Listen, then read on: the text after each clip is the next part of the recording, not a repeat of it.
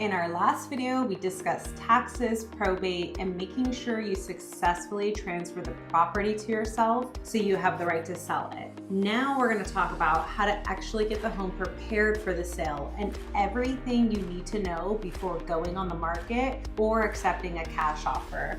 Number one, know where your mortgage stands and if there are any liens. Look, before you do anything else, you need to figure out the financial landscape of this property. The first step is understanding the mortgage, what's owed, if there's any missed payments, or if it's fully paid off. You want to call the lender and get the exact payoff amount and don't take any guesses here. And then you want to check for any liens on the property. These could come from unpaid taxes, contractor disputes, or even legal issues. And trust me, the last thing you want is to get deep into the process of selling your property only to find out that there's a lien on it, and that's just going to complicate everything. You probably need a local title company or even a real estate attorney to run a thorough, detailed title search for you to make sure there's no liens or unexpected issues with the title. Clearing these hurdles now will make sure that the rest of the process goes a lot smoother, and it's going to give you a much more clear picture of what you're actually working with financially. Number two, coordinate with all the heirs to nominate a personal representative. And this is an important one. Here's the deal. Selling an inherited property is all about keeping the peace and staying organized. You need to get all of the heirs on board so you can agree on who's going to actually take the lead.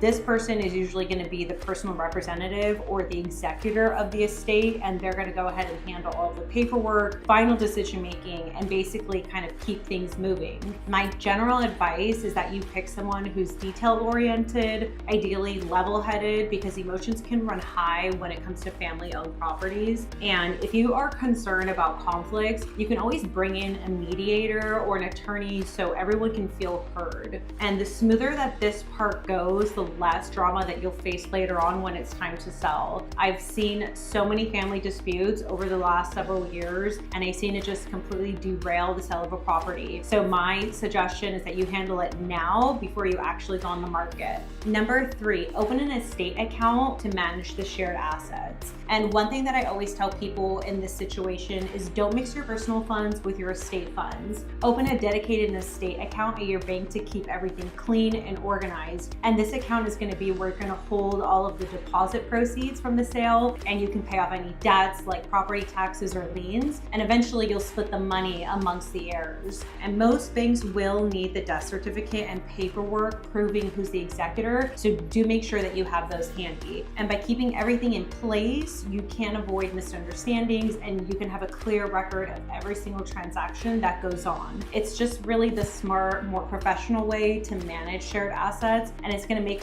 life a lot easier for you and everyone involved.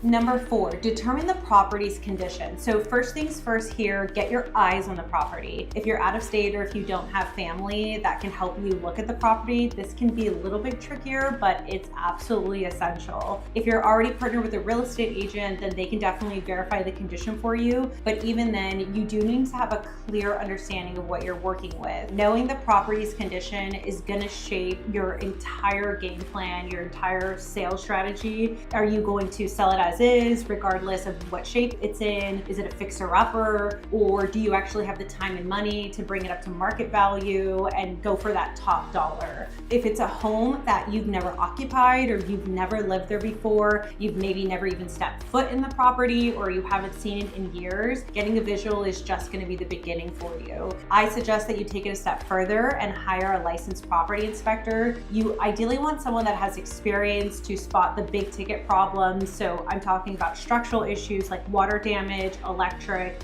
foundation, mold, anything that can become a deal breaker for buyers, or potentially their ability to secure a government-backed loan on the property. And if you notice any of these repairs or updates are needed, then you should just document everything. Create an itemized list of repairs starting with cosmetic fixes, moving all the way up to structural concerns. And you should share this list with everyone involved in the sale and decide a sales strategy for the property. What's absolutely necessary to repair, what's optional, and which updates can boost the property value directly and what's going to add that curb appeal. And even if you're handling this sale remotely, you can still get estimates for contractors over the phone or even conduct virtual walkthroughs on FaceTime. A local realtor will be able to help you coordinate this, but if you don't have a real estate agent, then Google's going to be your best friend in finding someone to help you get bids. You can schedule professional visits to come to your property and evaluate it for you and let you know what you're going to actually be in for cost-wise. And I suggest that you put a lockbox in the home once you have the keys to the house. This way you can give access to those trusted professionals, whether they be a contractor or a realtor, and they will have access at all times. From my experience, access to the property really does help cut down on delays, and it makes it so much easier to coordinate inspections, potential buyers as well. So it just helps keep that process moving smoothly as possible. So before you dive into repairs, weigh the pros and cons carefully. Do you have the budget to make the repairs, or are you really just better off selling it as is today? You should also think about what needs to be cleared out of the house. So if the person that was living there hoarded a lot of stuff, or if there's a lot of valuable or sentimental items, does your family want to keep that? You should consider going through it or potentially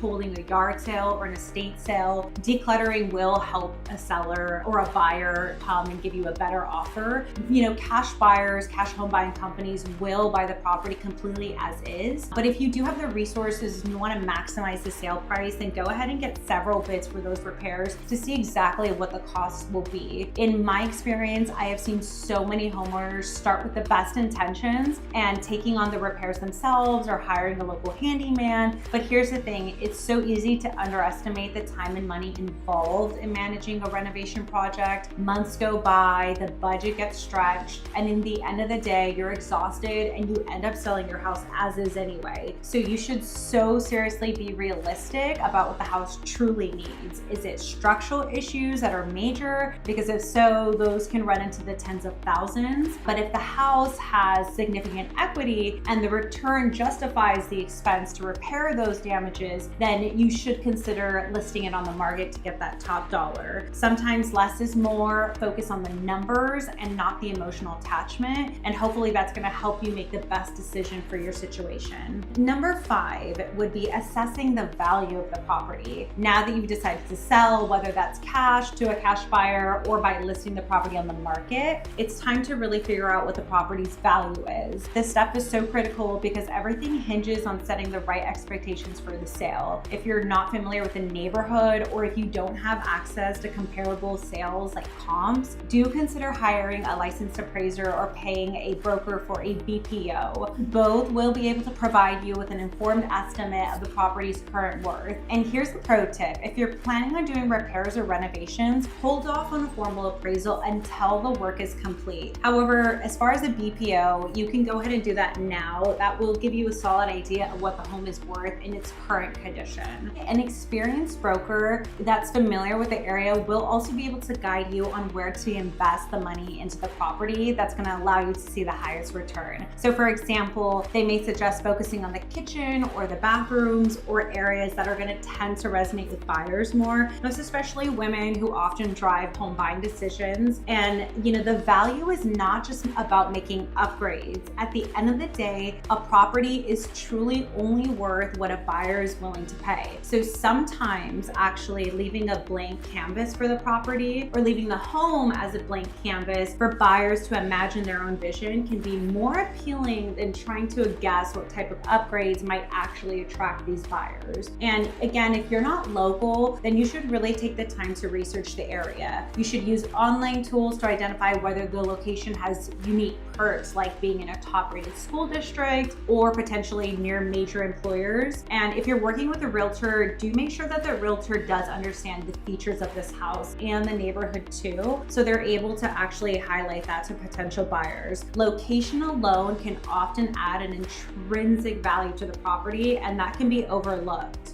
You should think like an investor. Determine your potential ROI on the property, your return on investment. Will spending $10,000 add $20,000 to the sale price, or are you gonna just break even? And be honest with yourself here. Let the numbers guide your decisions. Once again, not your emotions. I have seen so many homeowners fall into the trap of overvaluing their property only because there's a lot of sentimental attachments. And remember, what the home means to you isn't necessarily what buyers are going to see. Overpricing it based on your emotions can lead to the house sitting on the market for months. And if you're in a rush, that's going to be the last thing that you want. Bringing in professionals for an unbiased opinion on value and pricing is going to be your best way to avoid conflicts, especially if multiple family members are involved in the sale. If you're the one leading the charge, having an expert and having that data on your side, whether that's from an appraiser or a broker or even potentially several cash buyer offers, that's going to help you resolve disagreements and keep the process moving. And speaking of cash buyers, getting a few offers from a few reputable ones can actually give you a baseline for what the property is worth as is from an investor's point of view. This can be useful if you're weighing out the idea of actually selling it outright as is versus actually investing that money into it and doing those repairs. At the end of the day, the goal is to price the home competitively regardless and make informed decisions that work best for your decision. And it's going to help you get the sale done as quickly as possible.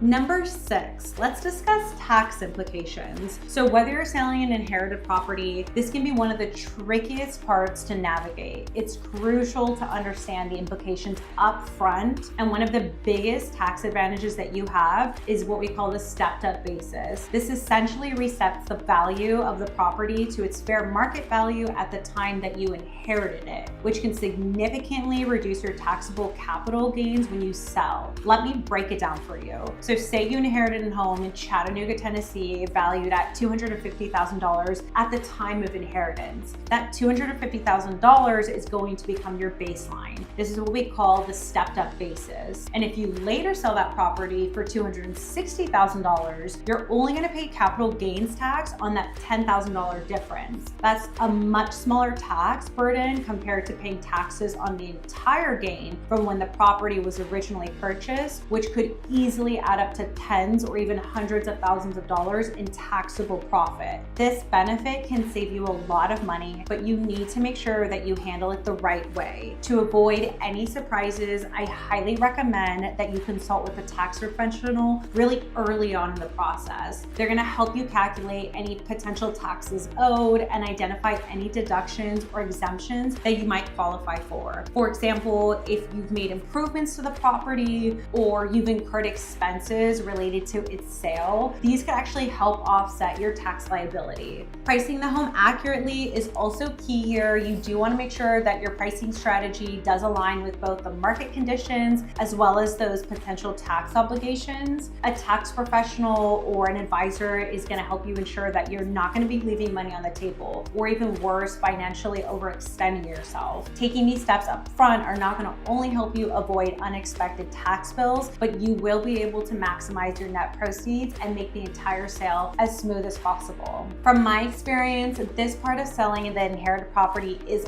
often overlooked, but it's just as important as anything else in the sales process. Taking the time to understand the tax implications are going to save you that stress and that time, and I promise it's going to help you make smarter decisions down the line. Trust me, a little preparation here can go a long way, most especially when you're trying to close a transaction. Number 7, take an aggressive approach to decluttering before you sell. If there's one thing that can transform a property's marketability without spending a dime, it's going to be decluttering. Go room by room and separate everything into categories. You should have a keep column, a donate, a sell, and a trash column. And honestly, if you can, be ruthless, because buyers do not want to walk into a home full of old knickknacks and things that may mean something to you. They want to envision their own life here. And if it feels overwhelming to them while they're walking through, then you you should potentially consider hiring a clean out service or even asking family members to pitch in. If there's a lot of stuff in the house that has sentimental value to you, you should really make a plan to clean out those items early so you can avoid delays. Clearing out the home is not just about aesthetics here. It makes the whole entire process smoother from showings to inspections. And the more cleaner and open the space, the better chance that you have of getting stronger offers. I cannot tell you how many times I've seen a good declutter add thousands of dollars to the actual sale price of a property. Number 9, let's get into selling strategies. So now that you've nailed down your property's value, the condition of the property, and the tax implications of selling, it's time to decide how you're actually going to sell the home. And there are several options to choose from. Each has its pros and cons, totally depending on your situation. So typically the main paths to selling are going to be for sale by owner, working with an experienced realtor, selling to a cash buyer, or even potentially using one of those iBuyer or open door type of companies. And as someone who's worked both as a real estate agent and the owner of a cash home buying company, I've seen firsthand how each strategy can work for someone depending on your potential situation. So let me actually break these down for you, and I'll toss in a couple of other options that you might not have actually thought about. Okay, let's get into selling by owner.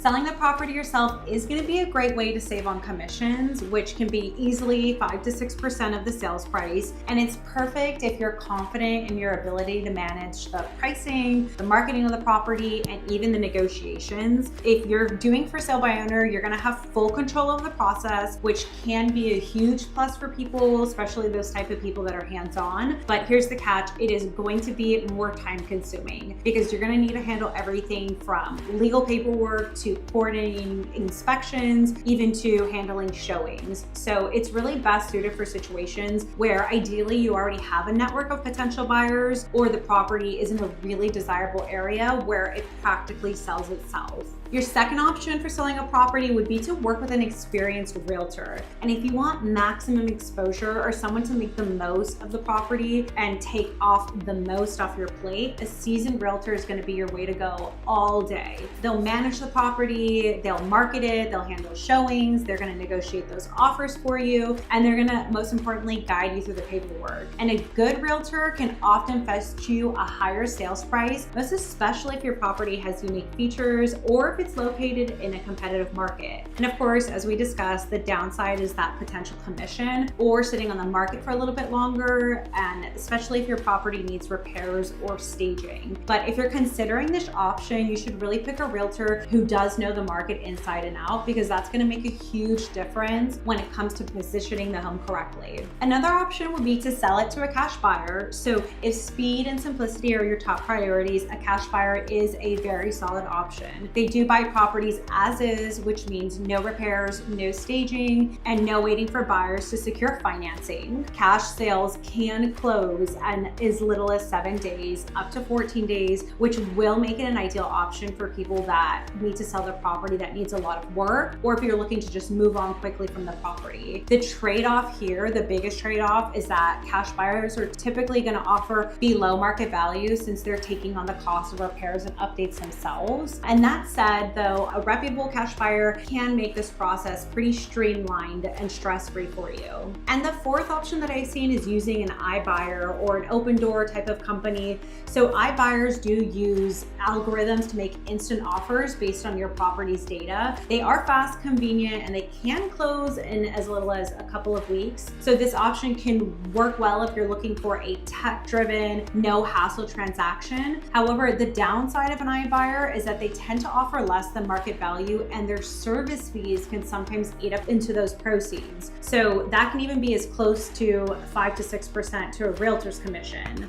And another lesser known option that you could do is auction the property. If you're looking for an alternative route, consider auctioning it. So auctions can be a good choice for homes that are more difficult to sell or even difficult to value through the traditional means, and competitive bidding can drive the price up. So there is also the risk of selling below market market value here, but auctions do have strict timelines and fees. So it is worth exploring if you're looking for that fast and market-driven result for your house. And another option here would be to sell to an investor or a developer. So if your property has unique potential, like it sits on a large lot or it's in a prime location or for zoning or redevelopment, it could potentially appeal to the right developer or a local investor. And these types of buyers are often looking at land for the future potential, right, rather than what the home looks like today. They can still move quickly, and typically they are buying in cash if it's a smaller property, as long as it fits into their plan for new construction or maybe even like rental investments. So which option is going to be best for you? Depending, the right selling strategy is going to depend on your goals, your timeline, and the property's condition. If you want full control and you want to save on commissions, for sale by owner may be for you. But if you need professional help and you want top dollar, then going for an experienced realtor is the way to go. For a fast, hassle-free sale, cash buyers or iBuyers are great options. And if you think that the property has unique potential, think outside the box, like auctions or selling to developers. Each path does have its strengths, but you need to pick the right one that aligns with your priorities. No matter what route you choose, the key is making sure that you're informed and you are realistic about what this inherited property offers and what your ultimate goals are. Selling an inherited property can be a lot to handle, but it doesn't have to be overwhelming if you approach it from the right way front on. My experience in real estate, I have learned that in selling inherited properties, preparation is key. First, make sure that you fully understand the financial side of things, the tax balance, the mortgage, liens, any tax implications, and then get all those details sorted out early on because they set the foundation for everything else. After that, you want to take the time to really assess the property, whether you're selling it as is or you are going to be making some updates. Know what you're working with and do not skip the process of weighing out the pros and cons of selling it as is versus working with the realtor, because some investments and some improvements don't actually pay off. And sometimes selling as is going to be the right move for you, most especially if time and your budget is tight. But when it comes to selling an inherited property, there's no one size fits all situation. For sale by owner is going to work for some people, while others benefit from the expertise of a good real estate agent or a good attorney. No matter what you decide to do, we hope that you make the right decision for yourself. So as we wrap up this video, one more thing I want to tell you is don't forget to involve professionals when it matters. A great real estate agent, a tax advisor, an attorney, those people can help you save from thousands in costly mistakes and make sure that the process runs smoothly. And if family dynamics or emotions are part of the equation, then having that clear professional guidance is going to help keep everyone on the same page. And the bottom line, selling an inherited property can be a straightforward process if you focus on the details, take it step by step, and don't hesitate to ask for help. If you've got questions or you need advice, feel free to reach out to myself, whether it's understanding the market in Chattanooga, Tennessee, or navigating family dynamics, or even weighing out those numbers. Having the right information is going to make all of the difference. So please feel free to call us at 866-341-1663 or visit our website at cashonmyhome.com and fill out a form, and we'd love to help you. And if you need tips on how to prepare an inherited home or want more videos on inherited properties and probate, please go ahead and check out this playlist right here. We'll see you on the next video.